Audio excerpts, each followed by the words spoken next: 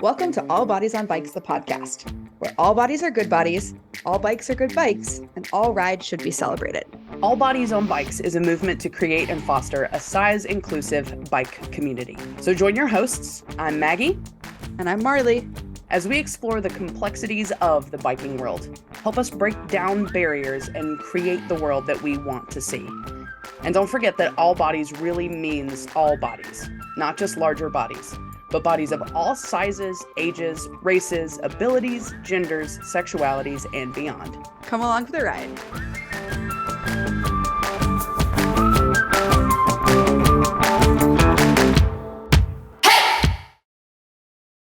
Oh, hello and welcome to the All Bodies on Bikes podcast. Marley, hey. Hi, how are you doing? I'm swell. How are you? I'm good. This is the second time we get to talk to you today, which is exciting. I know. Batching some episodes. Look at us being all productive and stuff. Look at us. I'm going to nap so hard after this. Oh my gosh, me too. I need to point out the fact, because I noticed it earlier, your shirt matches your glasses, matches your earphones that you're using, Marley. And it's that's next level. Thank you. I'm proud of you. Actually, I'm on theme today. It's hard to tell because they're clear, but they're little butts. And then I'm also wearing my All Butts on Bike shirt. All butts on bikes. Absolutely. And actually, that's fantastic. Little segue. This shirt is available for purchase. All proceeds go to All Bodies on Bikes. We'll put a link to that in the show notes if you would also like to wear butts on your shirt and gently scandalize people in your life. Oh, that's the bumper sticker from this episode. Gently scandalize people in your life. All right. If there is a track here to be on, let's get on it. We have a special guest with us here today, whose name is Ri Ganey. Ri is a photojournalist who specializes in human connections and captivating visual storytelling. As someone who has spent a good portion of their life navigating the overwhelming and isolating and perplexity, all the things of chronic illnesses, she puts an emphasis on elevating the stories of folks who don't get the representation and platforms they deserve, and that our society needs to see and hear to remember we are more connected than it seems. So we are so happy to have Ri with us on this episode today. Ri, how are you doing? I'm good. It's nice to be here with y'all, and I'm so stoked to be on the show. We are exceptionally stoked also to have you with us. Agreed. So that works out nice. Ri, where are you calling in from? Durango, Colorado. I've lived here for almost 10 years. Dang. So yeah. That's a beautiful area. I got the chance to go out there earlier. Yeah. I guess it was last year. And we'll talk about that a little bit later because that's actually how we met. Such a great time. That was a wild day, but we'll get into that. Well, I met you now, just this exact moment. Yeah, so, it's happening all here. It's happening. Let's just do the formalities of like, oh my gosh, where are you from? Tell me about yourself. Yeah, Maggie, where are you from? I'm from North Carolina. So I'm a little outside of Charlotte. So I'm over here on the other side of the country from you guys. It's fine. It's fine. Oh, that's amazing. Did you know that there's like a low-key North Carolina to Durango pipeline? Did I? I don't think I did, actually. We trade dirt bags all the time. Oh, okay. Fantastic. Yeah. I love that. I want to be on the next trade. Somebody, who do I need to call? Are you in charge of the trades? I would like to be. There's some people that need to be here. Stat, you're included. 100%. Okay. Thank you. We'll get that worked out. But yeah, tell us about yourself. Yeah. So I, as was mentioned, am a photojournalist. I've been doing that since I was in like high school, even younger, really. But like the first time that I was like, I'm a photojournalist was in high school. And I'm from Texas / the South. The reason I say the South is because I've got family just like scattered all across the deep South. And so I have childhood memories from Florida and Southern Georgia and South Carolina and Texas and Oklahoma, and many, many road trips and plane trips back and forth between the areas, which has definitely resulted in a very interesting upbringing for myself. Just because I was like among the ranks of poverty in the deep South, and a product of a cattle and ranching family in Texas. And so it's just this like entire culture shift, my entire childhood, just back and forth. And so I took up photography because how else are you going to understand such a complex upbringing with so many different personalities? Yeah. For sure. Dang, that's pretty cool. What part of Texas? My family is from Wichita Falls, Almy area, which is considered north central Texas. So you have your panhandle, but we're like not the panhandle. We're like the edge of the North Pan is where Wichita Falls is from. That's a great way to describe that. And so lots of the northern edge of the White Rock Escarpment is, I think, geographically for the rock nerds, the right term. If I'm not, don't come for me. I'm not a geologist. But yeah, and then when I was in 8th grade, we moved to the Dallas-Fort Worth Metroplex, which for those who don't know what that is, there's Fort Worth on the west side, Dallas on the east side, and a plethora of suburbs in the middle. And I went to high school in Euless, which is smack dab in the middle. Okay, I don't think we've talked about this. I actually grew up in Hearst. What? No. Yeah. No. We moved out of there, and I'm a little older than you. We moved out of there when I was 11. So I didn't end up going to high school there. But yeah, I am intimately familiar with Euless and Hearst and Fort Worth and Granbury and all that area. For those of you just tuning in, Marley and Ri have just discovered they're cousins.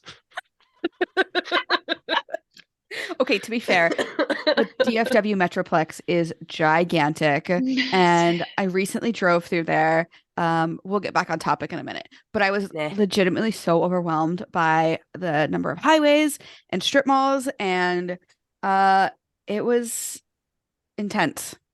Oh my gosh, when I have like memories and I process the environment I grew up in, or pull up a Google map to show people where I grew up, I look for the highway that was closest to that house. Yeah. Like, oh, this was the house over by 360. It's where we watched the planes take off. This was the house over by 121. It's named after George Bush.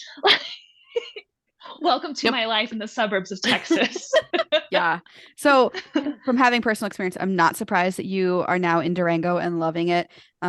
Because having been to Durango, it is a kind of an outdoor paradise. It's amazing, and I love it so much. And it's come with so many lessons just in the last decade that I've been here. It's kind of where I came into myself. It's the longest I've ever lived anywhere. And I surpassed that like at the 5-year mark. Just because of the whole shuffling back and forth thing. And so it definitely speaks to an adolescent version of myself very deeply. I frequently think about leaving and going somewhere else to experience something because this is my home. Like, yeah, I grew up in the South, but like Durango is my home. Durango took this scattered little 18-year-old child that just didn't know what life was about and built them up into who I am now. And so it's just like so emotionally woven into my being now. That's so cool. Well, I noticed when I was looking at your Instagram profile when I was researching this, that you have your pronouns listed on your Instagram bio, I believe, and you use both she and they pronouns. If you're comfortable with it, I would love to learn more about that and, what is going on with that. Yeah, totally. So that's been a more recent arrival into my identity, if you will, because of Rome Fest. Okay. Actually, let's back up. What is Rome Fest real quickly? Yes. So Rome Fest, for those who do not know, is this epic bike party festival that is centered around women and trans individuals and non-binary individuals who feel safest and most at home in that more inclusive environment. It's not like a teach you how to ride bikes thing. It's a enjoy the fact that we all ride bikes thing, which like I love. Bike party. Yeah, it's just a party. It's a good party with good people. And my first one, my old boss Tina called me up and she was like, "Hey, we need ride leaders like volunteering this week. Do you want to come up to Fruta and just be part of this?" And I had no idea what I was getting myself into. I was like, Bikes in the Desert, let's go. Like, that's my middle name. Yes. And I get out there and I show up to this. And so I'm an overexerter. In some ways, if things need to be done, I will do them. And so my first Rome Fest, I think it's really funny because I was up until 3 a.m. stuffing sacks, like swag sacks, the Thursday that I pulled in, because there were people doing it. And I was like, oh, we've got, a conga line of swag sacks going. Let's get these stuffed. It's a party. And as the end of the night closes in, somebody is like, why'd you stay up with us? And I was like, well, that's what we're here to do. And they're like, yeah, but we're paid. and that set the tone for my whole weekend. I was like, I'm here to help, so that's what I'm gonna do. But it was a very inclusive environment, and it was the first environment in my entire life that was so strictly catered and reserved for the part of the population that I identify with the most, that I started to see myself in people, but also see the self others wanted me to be in other people who felt comfortable in that space. And I was like, you wear it so well. I don't like that. I don't like that for me. And then I saw other people who I did identify with and who I did like see versions of myself in. And I started talking to them and learning about them. And McKaylee Oliver was one of them, which is just like, it's an easy segue as another photographer. And honestly, a gorgeous, badass human. And they were explaining their life to me. And I was like, wow, that's so cool. And I remember she apologized multiple times for what she felt was rambling. And she wasn't at all. Like, she was talking about stuff that they were just so passionate about, that I was like, I love everything that's happening here. And the weekend continued, and I had more conversations with more people. And when I went home, I was having this identity crisis at this point of like, oh, I should back up a little bit more. I've done my whole life with people saying, well, you're at least a little gay. To which my response, yeah. Well, to which my response was like, no. Like, gay was not a bad word in my family. My sister is a lesbian. And like, it was just a community that we weren't strangers to growing up. My dad's side a little less, like that was more my mom's side of things. But it wasn't an environment that I was uncomfortable in. Like, and so I was certain by the time that I was, 25, 26 at my first Drum Fest. How old am I? I was like, it happens, right? It does. I forget all the time how old I am, and then I literally have to do the math, and I'm like, oh, okay, it's fine. Maybe 27. I'm only 28 now. I don't know. 26. I was 26 at my first Drum Fest. Boom. Got it. So after 26 years of living in an LGBTQ friendly environment, I was like, no, I'm not gay. I've had every moment to be empowered to be so. Like, even my sister was like, you sure?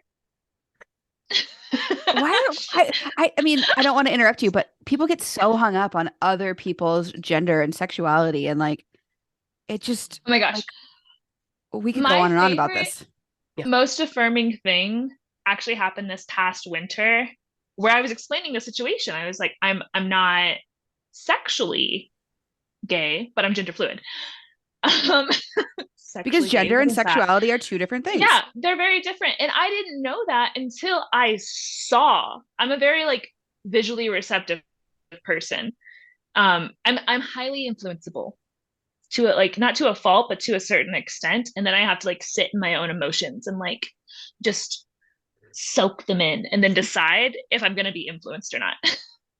I have to be like, yeah. So and that's kind of what Rome Fest did for me, is I was able to see myself and other people that I hadn't had the opportunity before in this massive space that's intended to make these folks feel safe. And I was like, oh, I get it now. I might be fluid. And I research everything because I'm super analytical. So I did a super deep dive. And I was like, what's the word for what I'm feeling? I don't know what I'm feeling, so I need a word for it.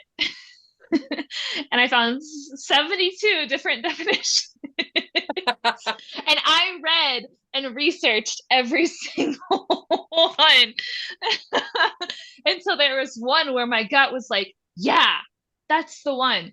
And I found it so funny because it ended up being demi-gendered, which is on the spectrum of the binary, sort of. And so like you can be like a 10% gal or a 100% gal, but you're never fixed. You're just sliding back and forth. And for me, there are elements of it where I do sometimes feel outside of the binary. And so it's this like concoction of just moving back and forth on it. Which brings me to my pronouns of she, they,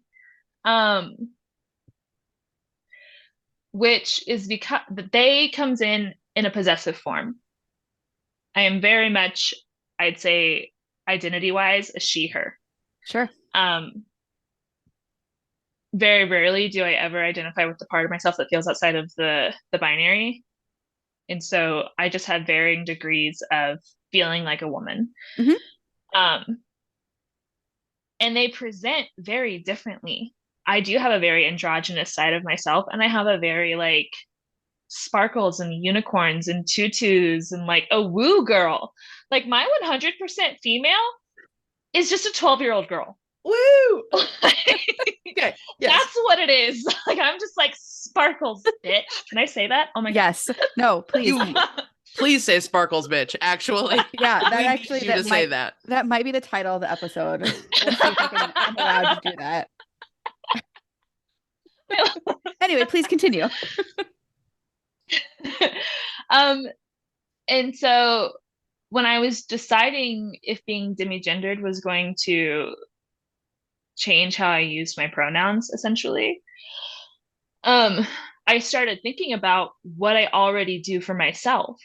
And as a creative business owner, I regularly refer to things that come out of my creative treasure chest. Oh, I like that. As we. Like, we've done this. We've created this. Like, I've already been referring to myself as a they. Sure. Mostly in terms of like my art. And I was like, oh, then yeah, they is going to be part of my pronouns because I use it. And I've been using it. I've been like acknowledging these facets of myself without even realizing. Because I remember when I was younger, I'd be like, why do I always say we as if it's a collective? Nobody else is doing this. I'm doing this. Like me, say I. And I'm like, no, it's we. And it's because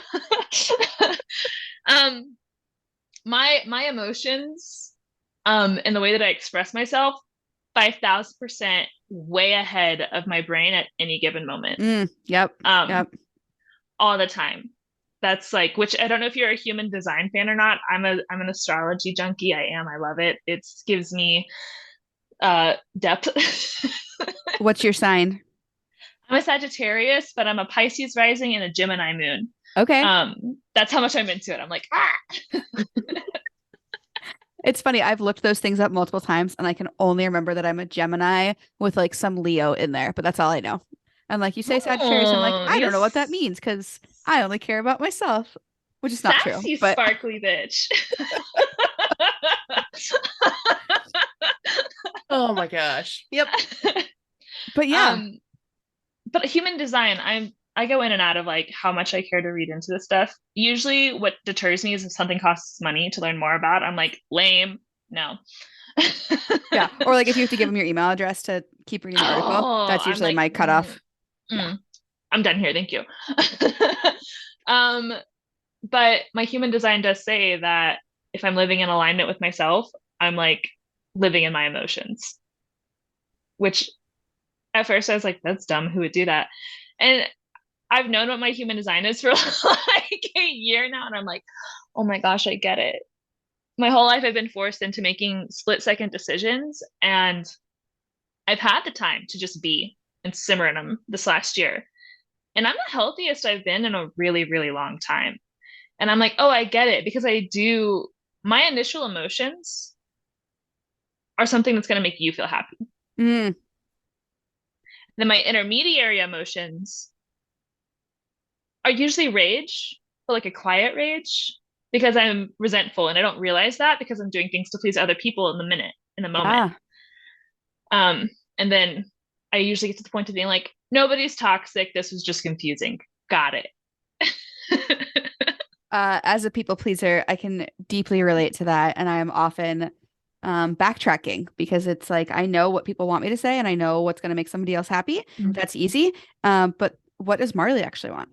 Anyway, we're not here to learn about me. How did I bring us here? I'm not sure, but that's okay. We'll bring us back. We all came together, so it's fine. Exactly. I know 2 other people here. I'm safe. I will say Maggie, one hold thing. On. Okay. I need to know Maggie's science real fast. So I was recently diagnosed at a fire pit as a double Libra, which everybody got super excited about, and I have no idea what it means either, Marley. So I'm Googling real quickly. So a double Libra, like Libra sun, Libra moon, or Libra sun, Libra rising? I don't even remember that part, to be entirely honest with you. It legitimately. Okay, so in my very, very quick Google search, people who have Libra for both their sun and their moon signs will be painstakingly fair, super social, ultra optimistic, and, well, pretty lazy at times.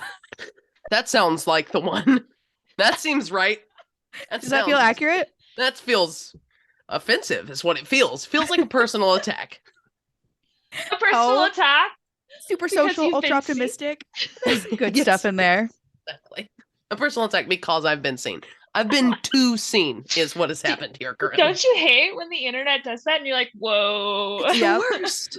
It's the worst. How are we going to survive with AI when the algorithm already gets it? Oh, God. Oh, God. Oh, actually, I'm going to ask that question. I do want to talk about AI later when it comes to art and get your opinion on that. But let's get back into what we're here for. Actually, real quick before we do, you mentioned saying we. I will often say we, and then people are like, "Who's we?" And I'm like, "Oh, right tit, left tit. We're here." I don't really have tits. In fact, I was born lacking one of them. So interesting. Okay. Yeah. Okay. Very well. You know, I'm comfortable sharing that. There's a website up for it. That's pretty cool, actually. I also say we. I'm usually talking about the voices in my head, which is not as bad as that sounds either. But like, that's fair. We all contain multitudes, and you know, however that comes out is great. But okay, so our podcast is all bodies on bikes. We probably should include some bike conversation to keep the bike people engaged, even though this is an amazing conversation. What's your relationship to bicycles? Yeah, so I actually hated bikes for a really long time. Okay. Like really hated them. So I was fearless when I was a kid. So fearless that the first time I broke a bone was 2 weeks after learning how to pedal a bike at 3 years old. Oh, wow. I sent it off a BMX jump in somebody's backyard, a deep South Georgia BMX jump in somebody's backyard. Broke my arm on my little Walmart princess bike with the sparklers. Like you can visualize it, you know, curly, dirty blonde hair. Like it was a vibe. Broke my arm, and nobody tried to make me get back on a bike until I was 10. I feel like there's some other backstory here. I have my degree in adventure education, and my emphasis was in learning transference. So I was my own guinea pig with this example. If you don't help somebody address their trauma, it remains a learning block. And by the time you turn 10, you care what other people think, and that's when you're most likely to start showing signs of anxiety. Interesting. Guess who was prime example of this? It was me. And my dad was like so mad. He was like, "You learned how to ride a bike when you were 3." And I was like, we all know what happened when I was 3. Like, no. And it took until I was in high school to enjoy just even riding around on the roads. Like it was such a stress inducing activity for me. I was like, this is terrifying. I have no balance. Still to this day, unlikely to get on a dirt bike or motorcycle because they go faster and they're still on two wheels and my brain does not get it. But I tried 3 or 4 times to learn mountain biking after moving out here between the ages of 18 and 22. Every time I did that, I would crash on a green section of single track and dislocate something. Ooh, like I was that's not fun. I was demoralized. I was like, this is not my sport. Something's wrong. We can get into that later though, because it was a lot. It had a lot more to do with my health than I realized. Sure. Yeah. And then as I was getting ready to graduate college, I was obsessed with snow science. I wanted to be a ski patroller. I was a ski patroller. I got to that my senior year of college, paid. I wanted to be inundated in the avalanche world. The pandemic happened and it affected things so hard here, words, anyways, that they were short staffed for bike patrol at the bike park in the winter. And they were like, if you can learn how to manage yourself on a mountain bike, you can be a bike patroller. And I was like, well, I mean, yeah, that's like my career aspirations are to be a first responder. I'm going to do it. And so I did. And this go around was the first time I tried mountain biking again since I'd really gotten some health complications under control, and suddenly I had this balance and this core strength and these mental faculties that I just must not have had the first few go arounds, because not only was I slaying these green trails, I was going on some pretty technical black downhill trails on a hardtail. Dang. All right. And I was having fun and I was like, this is great. I'm thriving. The first responder thing failed. I got into coaching, which I found way more joy in. And what really is what opened up the bike community to me and all of the amazing, wonderful people in it. And so I no longer am a bike patroller. I'm also no longer a coach, which brings me to this is my first outdoor activity that purely exists for recreational purposes now. And that's amazing. That is, that's huge. I think so often we feel like things can't be just fun. You know, you have to work for it, or you have to like be part of a club, or you have to do something with it. You know, like for me, it feels like I often have to ride bikes and create for Instagram. So I love that bikes are now just a purely recreational thing for you. It's really fun. And those creeping thoughts come back in of this survival mindset of like, how can I leverage this to make money? And then I've gotten really good at redirecting and being like, that's not the point. If you're going to make money off of this, it'll come to you. Yep. Like stop seeking those out. And so my favorite kind of biking now is things that are equally gratifying for fitness purposes. Like, yeah, I had to kind of try hard to get here, but I'm not like blown out. To then be greeted by, excuse me, to then be greeted by something really fun. Really, really fun. I love downhill. I don't do jumps yet. Same. I say yet because everybody's like, you're such a baddie. And I'm like, we'll see. I'm a cautious baddie. Like, that's fair. Self-preservation. Like nobody wants a broken arm or a broken collarbone. Like we've been there. We've done that. Early life experiences. Like I already got it out of the way. Exactly. And the older you get, the longer it takes to heal. And we just don't want any of that. No. But I do love fast downhill riding. And I'm not a stranger to a pretty solid sufferfest on two conditions. The views have to be pretty, and there have to be like equal parts fun and suffer. And that's like pretty good rules. Yeah.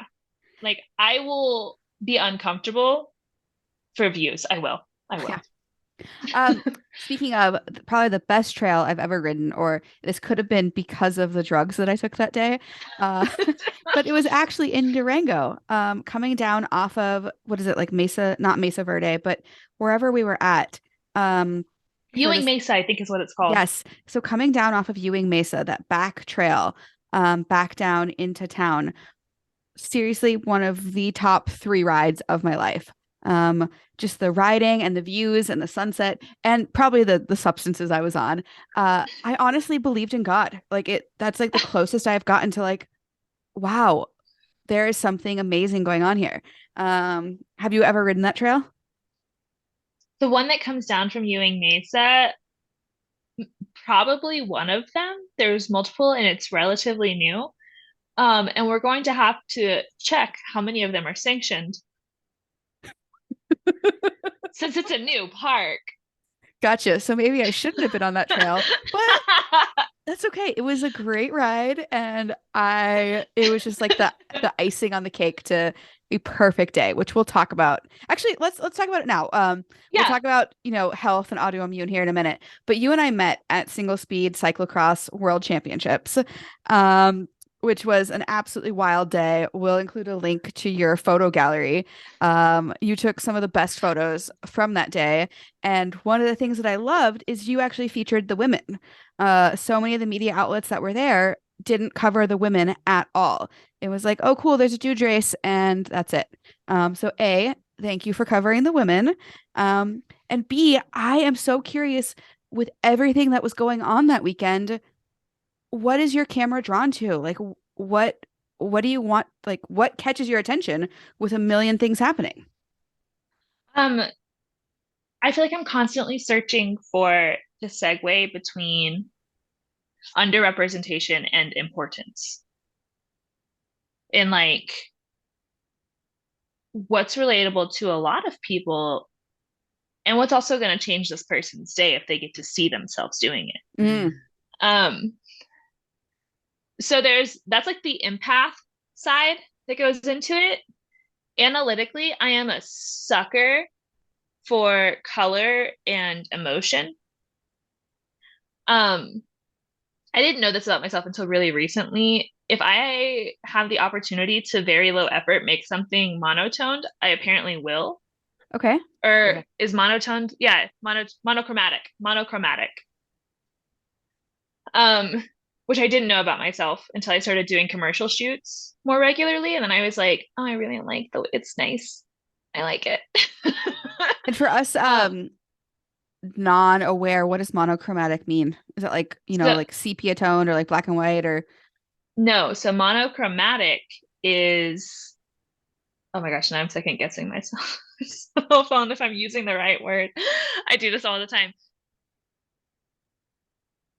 Monochromatic, I'm fairly certain is the appropriate term if it falls within, like it would be like a range of yellows, Gotcha. Okay. Yeah. a range of blues. Okay. Is that monotoned or is that monochromatic? It's monochromatic because I was looking it up because I was trying to decide. Yeah. Okay. I'm a sucker for monochromatic. Same, honestly. It's just really nice. Yeah. And it's like clean and simple, but which is weird because I wouldn't consider my style clean and simple in any like level. I'm a very like rugged, gritty, like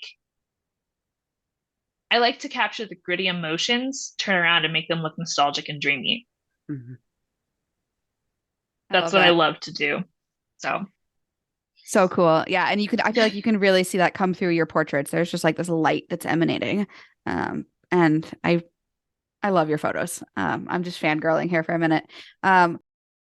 But let's get back to, so in your intro, you talked about, the multiple complexities, and I forget exactly what word you used, but about kind of health and or autoimmune syndromes.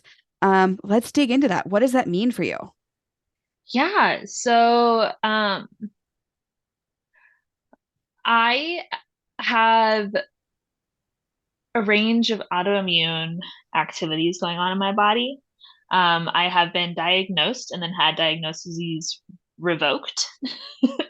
multiple times in my very young adulthood. Like, remember, I'm only 28, and I think 3 or 4 times now I've been given a diagnosis and then it's been taken away. Oh, wow. Um, because it's all based on, hard metric data.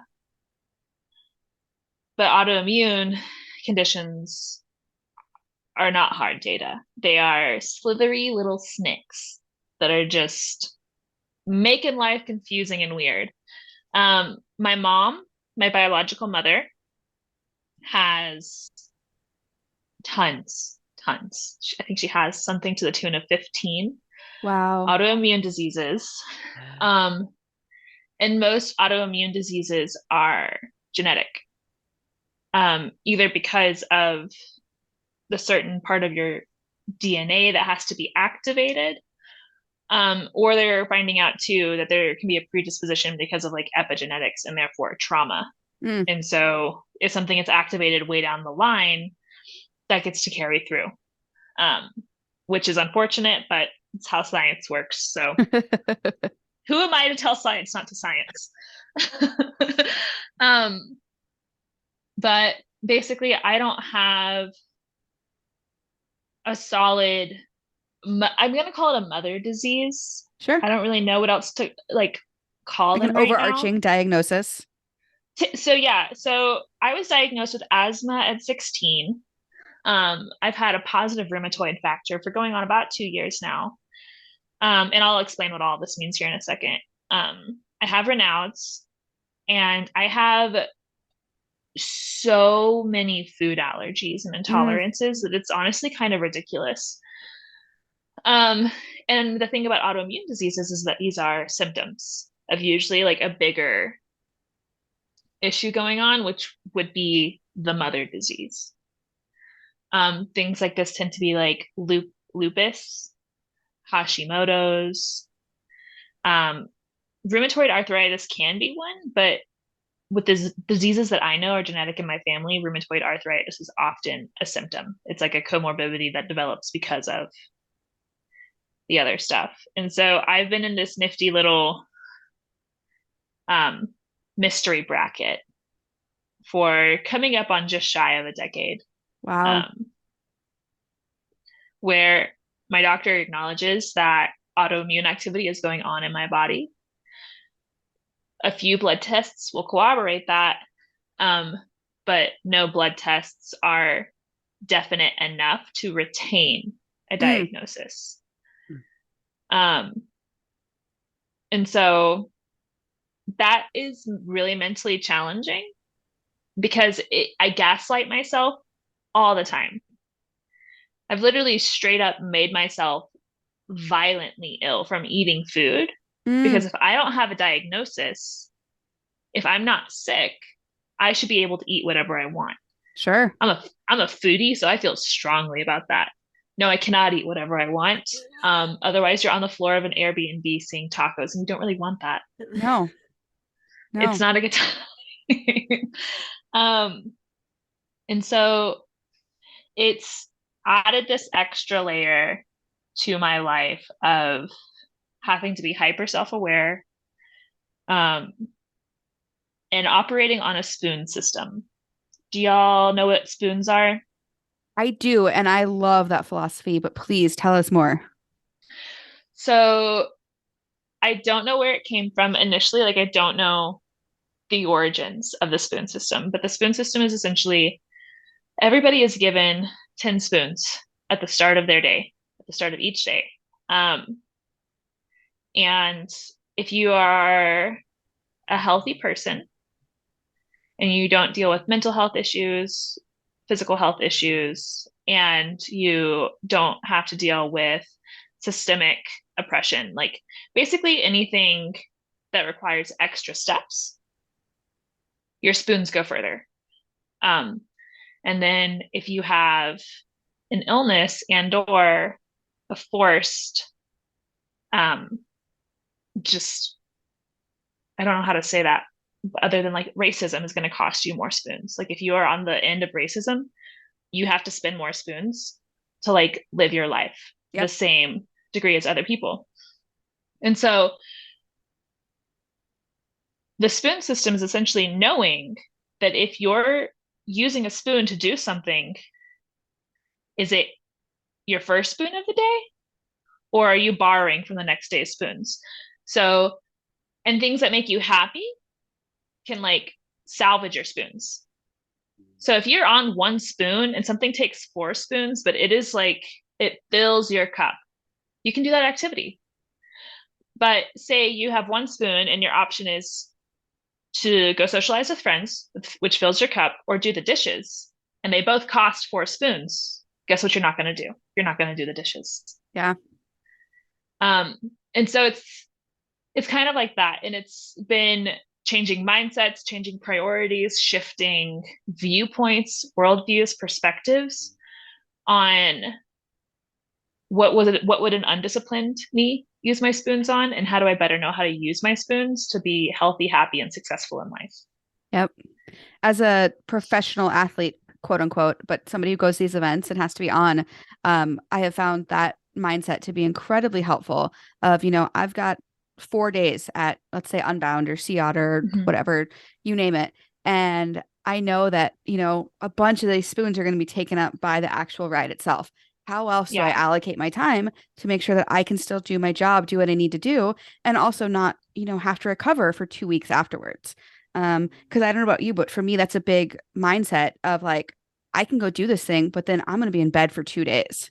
And I don't know if I have any autoimmune disease. I have suspicions. I've never been diagnosed, but a lot of the things that you're saying resonate a lot.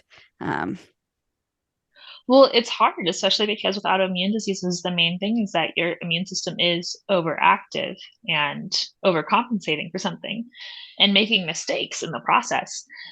And so I feel like it makes people go crazy, because if you are actively trying to get ahead of what you don't even know is there, you do feel like you're weaving in and out of it and that you're losing your mind. Like, I have severely altered my diet for absolute gold, and like the results have been golden. It has absolutely been worth it and has given me back some semblance of a normal functional life. Which is probably what has prolonged a definite diagnosis, is because I'm ahead of it, and Western medicine doesn't create space to acknowledge when people have used nutrition to get ahead of something. And I say this very cautiously, and you know your own body best, because changing your diet isn't gonna fix the problem for everybody. If you are doing your best and things are still hard, own that. Yeah.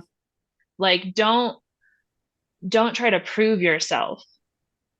But for me, I wasn't taking care of my body the best way I could. I figured out how, and it was a game changer for me. And it has prolonged definitely a more severe degree. It has put off a more severe degree of disability, because I do consider myself disabled, which took a long time to admit. Yeah. Well, let's talk about like your day to day. How have you had to change things? Is it workload? Is it sleep? You obviously talked about food, but as a storyteller, as a photographer, as a cyclist, how does it impact your day to day? Yeah, so it looks a lot like, I call it a departure from the self. Because I'm still pretty young, so I'm still in tune with young and idyllic ideas and dreams and realities that I would love to feed into.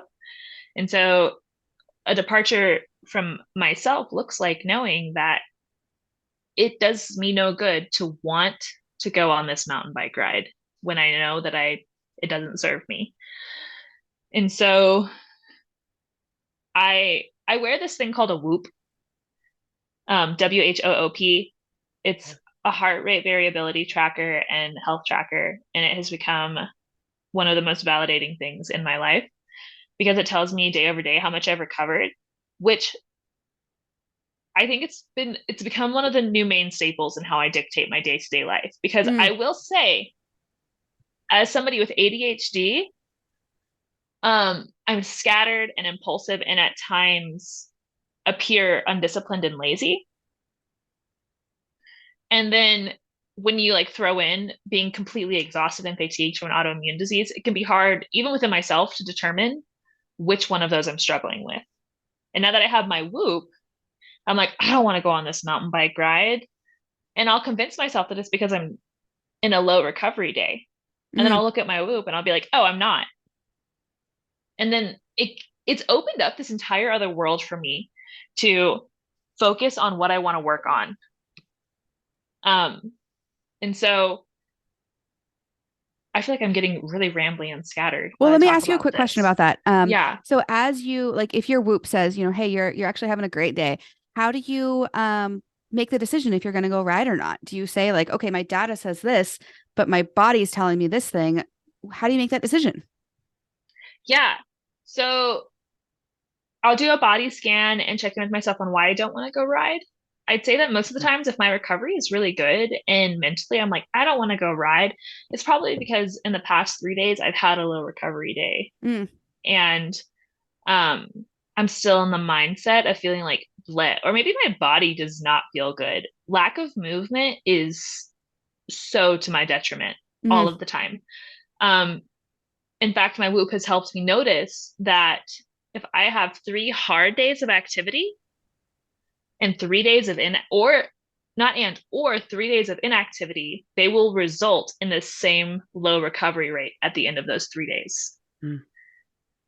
Which I find fascinating. And then I have to move and my body's happy again. Yeah. It's funny. So we were having a conversation with Ellen Noble this morning, who also, Yeah. she has Hashimoto's disease. And we were talking about exactly that, even just a 20-minute walk can totally Mm-hmm. reset everything. And it makes me feel like I need to go walk. I've been sitting all day long. It But makes a huge difference. yeah. And so often we think about movement as like, oh, I have to sweat. My heart rate has to be at certain.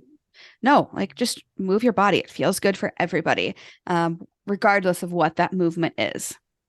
Yeah. So I would say that intentional movement is a really big part of how I deal with that. So I'm really conscientious about what I eat. I'm on what's called the paleo autoimmune diet. Okay. And so I don't eat grains really. I don't eat beans. I can't eat tomatoes or corn.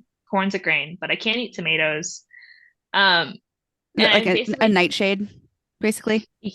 yeah. So for instance, I can't have jalapenos every day for a meal, but jalapenos have a lesser effect on me than tomatoes. So if I want to have jalapenos on a bunless burger, I can send it and just know that jalapenos are off the table for the next few days. Interesting. Okay. Yeah, and it's all about knowing what your body's going to react to and for how long that reaction is going to last and to what degree.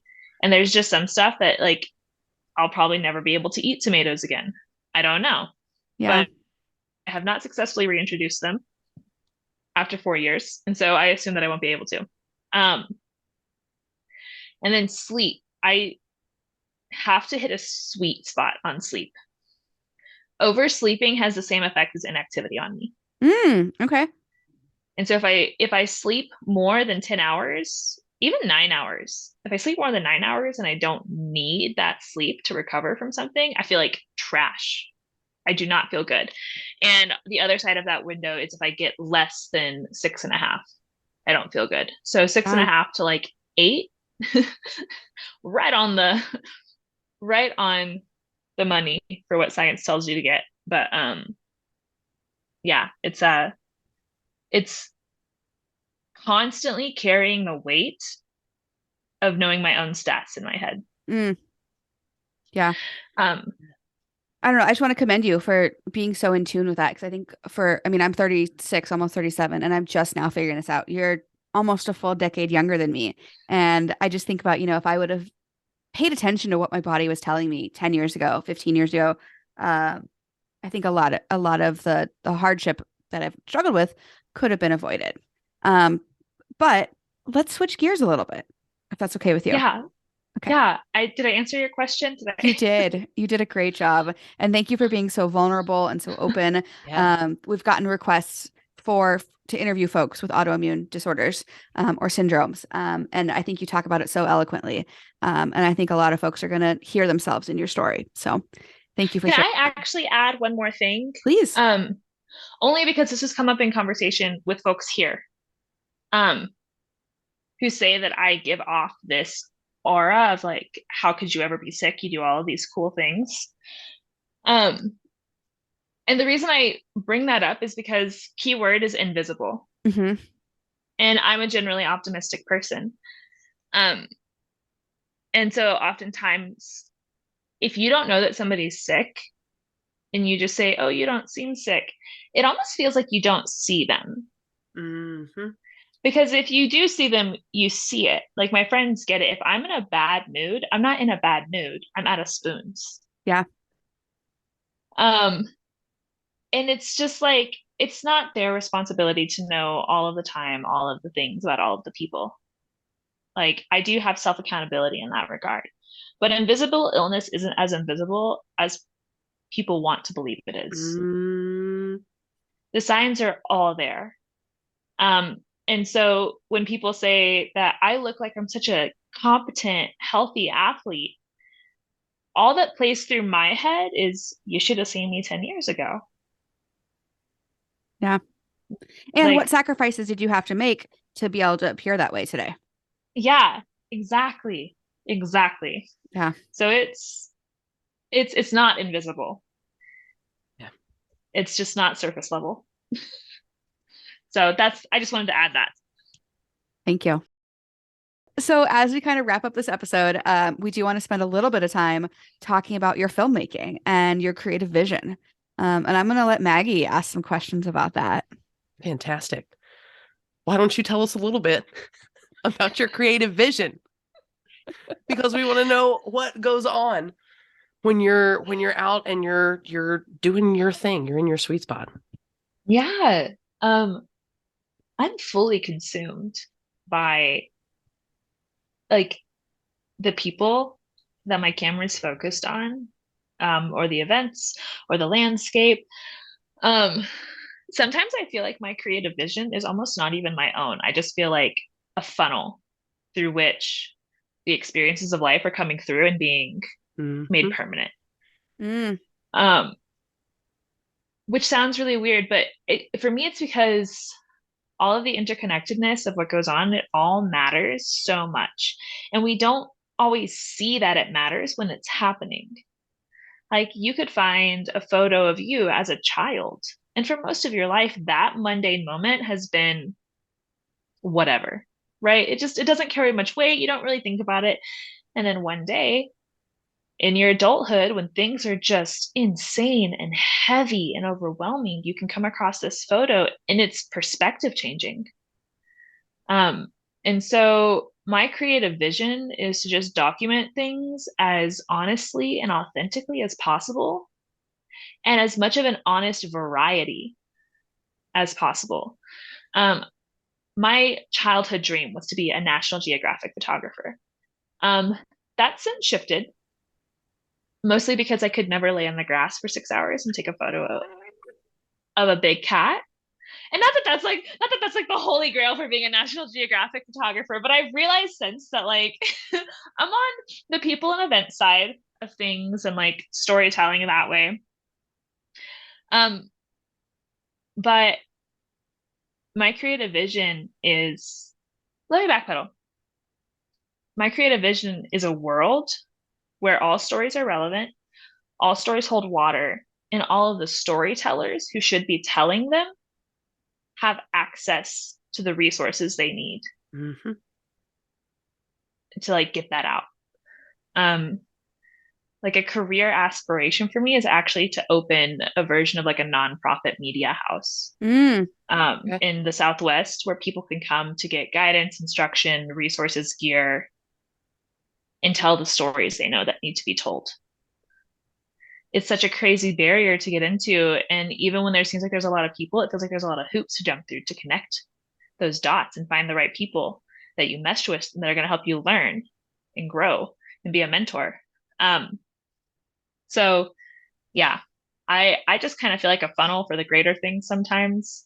Um, my human design is a generator, and I'm just trying to generate opportunity for others. Sure. Okay. All right. Fantastic. Fantastic. Well, um, what kind of stories specifically do you most like to get involved with, and are you most excited to be telling through your lens? am I allowed to? I am? Okay. I think I know what you're about to get into.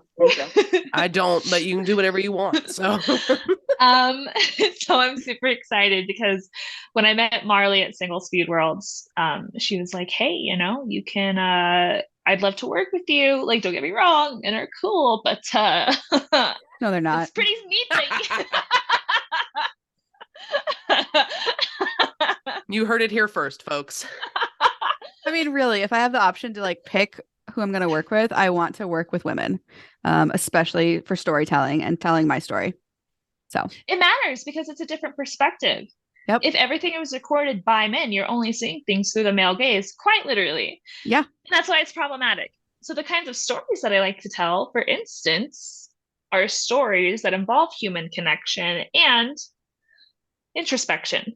And so I emailed Marley after thinking about it for literally almost 6 months. And I was like, what is your story? I'd like to tell it.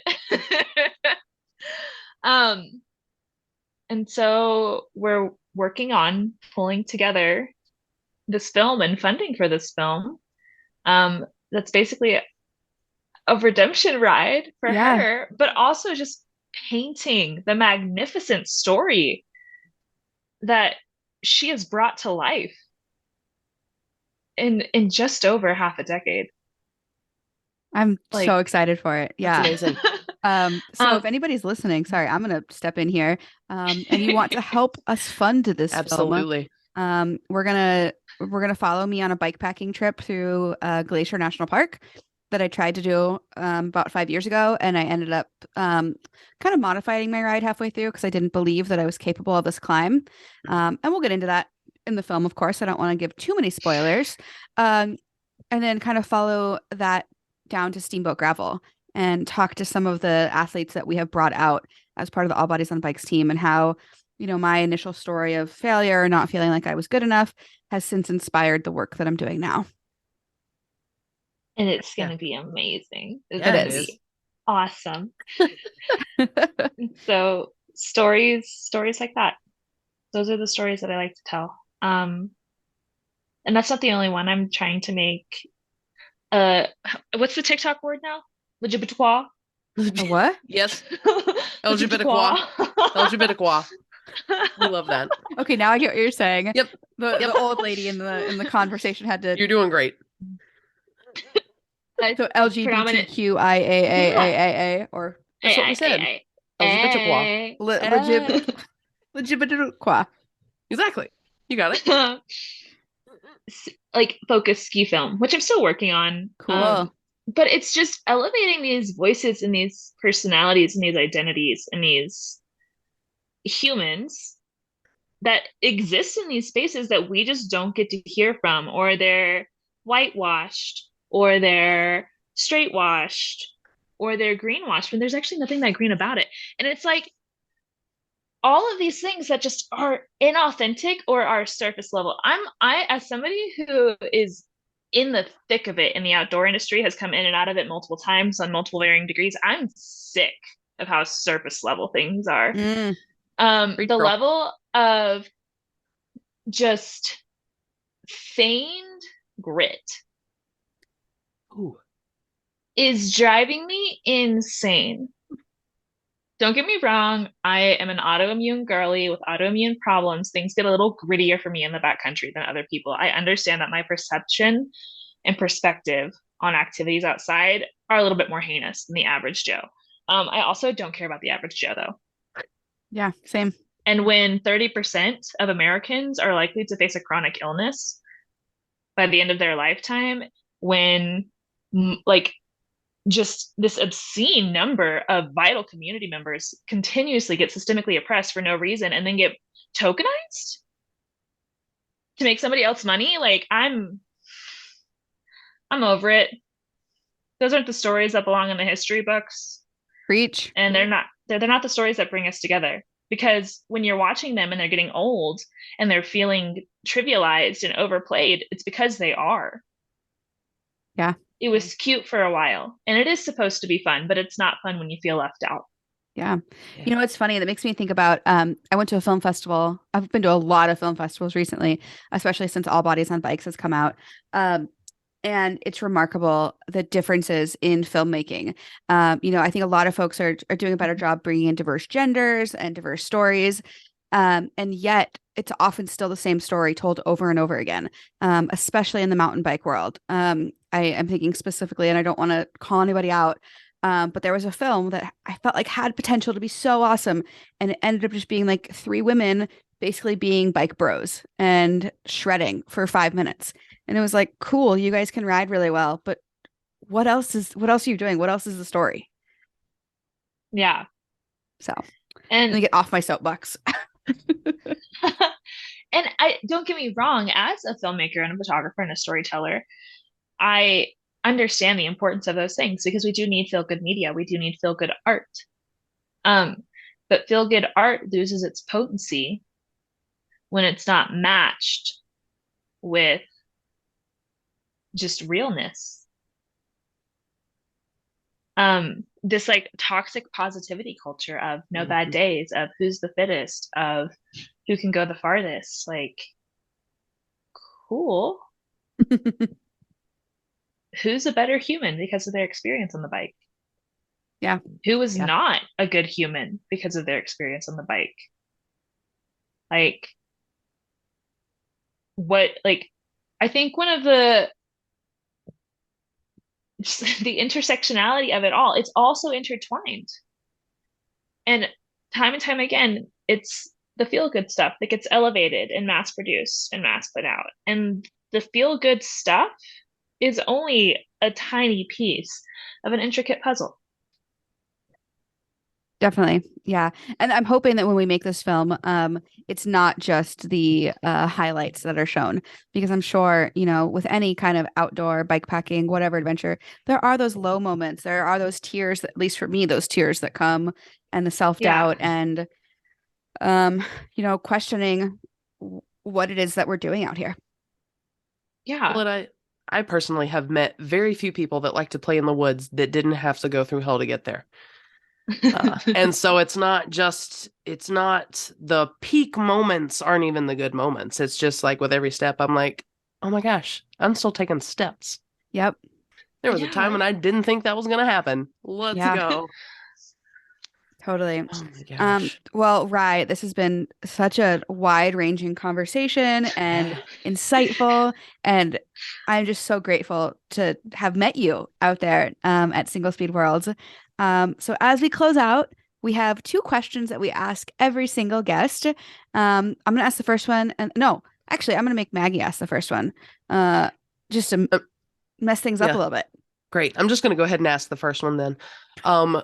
Your perfect ideal day on the bike, what does that look like? Oh my gosh. My perfect ideal day on the bike, I think, would be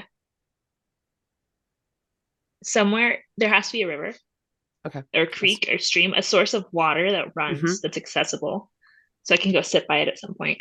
But I would love for a really good body day to line up with a really long bike day so that I could just be out on my bike for a full 12 hours and enjoy it and eat snacks whenever I want to and have some fun. Downhill single track friends with friends would be great. Whenever I visualize these days, so I don't usually visualize them with friends because my abilities are different than other people's abilities on long bike days. So normally when I'm like a full 12-hour day, I'm visualizing it by myself, and which is also okay because I love hanging out with myself. I think I'm pretty cool. I think I'm pretty funny. And I take time. I'm a photographer. Obviously, I take time. I stop and take pictures and stare at the flowers.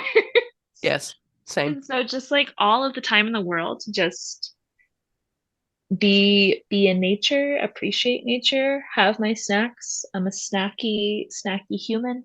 And sit by the water. I like when pikas come out to talk, so it'd probably honestly be somewhere in the high country so that I could talk to pikas. Okay. Cute. Yeah, so that's my ideal bike day. Lovely. And then, like I said, we've talked about a whole lot of different things and we all contain multitudes. But what is something that you wish you got to talk about more? Ooh. I looked at that one and I honestly kind of dreaded it because I talk a lot. I think that I want to talk more. I'd like to talk more about how it's not other people's responsibility to feel bad for the chronically ill. Okay. Like, we should be able to choose our own risks, choose our own adventures, choose your own fun. Without having to worry that somebody else has assumed that we are the liability in a group or a setting or an environment. We might be, but we're not the only one. Yeah. Men are stupid. Like, I have gone to many events and been in many groups where, quite frankly, a logical person would look at this group, not knowing that I'm sick, and be able to pinpoint who is the most obvious risk. It's not me. Yeah. Like, and not only that, like, it's just, so yeah, I would love to talk more about how people that deal with chronic illnesses are put in this catch-22 of whether or not they should share it, because it's going to make everything different for how people treat them. And in some ways it's needed, and in other ways it's unwarranted. And I think it comes back to people not asking others what is needed of them. They just assume. People like to be saviors of other people, and they just need to ask. Yep. Just need to ask what people need and stop assuming. So. Yep.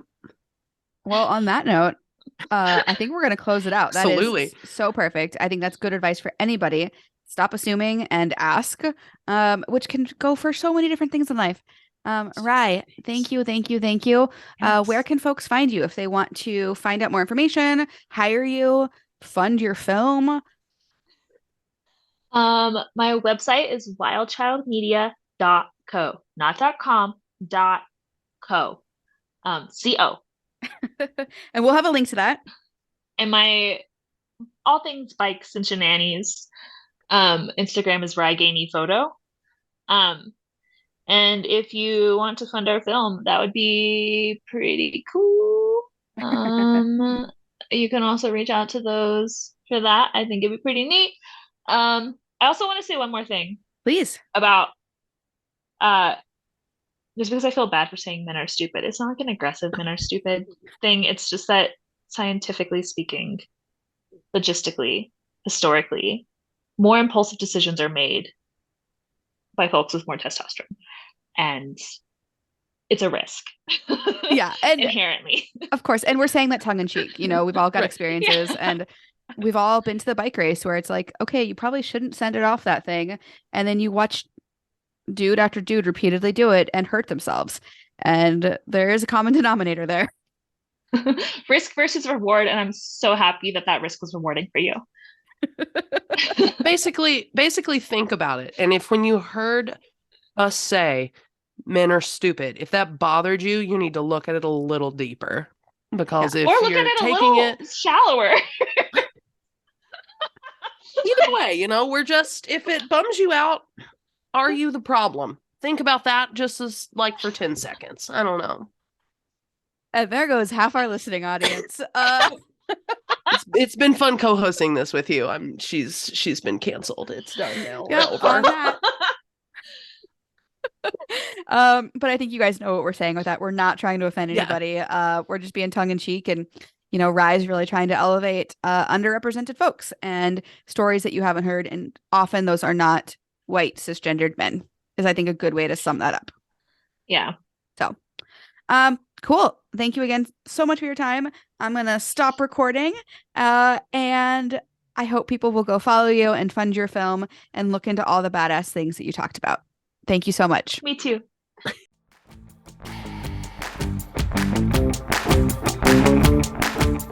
This is an All Bodies on Bikes podcast powered by Feisty Media. The show is produced by Maggie and Marley and edited by the team at Feisty Media. Thanks for listening.